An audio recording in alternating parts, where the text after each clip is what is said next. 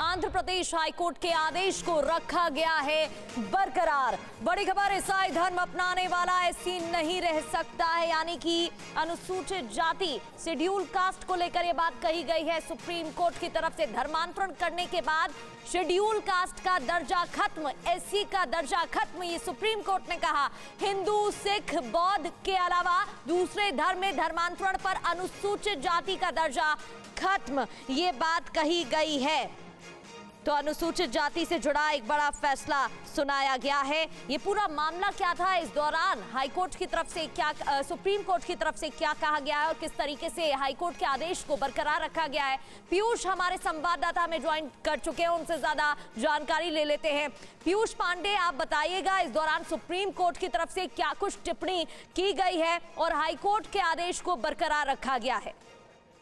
बिल्कुल प्रगति, देखिए हाईकोर्ट का जो फैसला था उसको बरकरार रखते हुए सुप्रीम कोर्ट ने ये कहा कि यदि कोई व्यक्ति हिंदू धर्म से अगर किसी इतर धर्म को अपनाता है, बौद्ध और सिख के अलावा, तो ऐसी स्थिति में वो फिर शेड्यूल कास्ट का जो बेनिफिट होता है, यानी कि लाभ होता है, वो नहीं ले सकता है।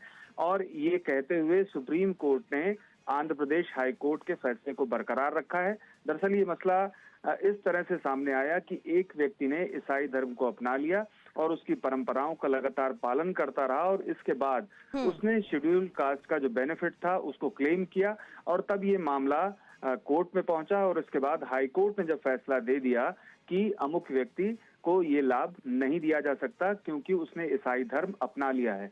और इसके बाद उस व्यक्ति की ओर से सुप्रीम कोर्ट में अपील की गई और सुप्रीम कोर्ट ने भी आंध्र प्रदेश हाई कोर्ट के फैसले को बरकरार रखते हुए ये साफ कर दिया कि हिंदू, बौद्ध और सिख के इतर अगर कोई धर्म अपनाता है, धर्मांतरण करता है और ईसाई या मुस्लिम या कोई अन्य धर्म अपनाता है, तो ऐसी स्थिति में उसे एससी का जो दर्जा है वो उसका लाभ नहीं दिया जा सकता। जी प्रगति, यानी पीयूष, एससी एसटी एक्ट की जो सुरक्षा है वो अब नहीं मिलेगी। बहुत बहुत शुक्रिया आपका जानकारी देने के लिए।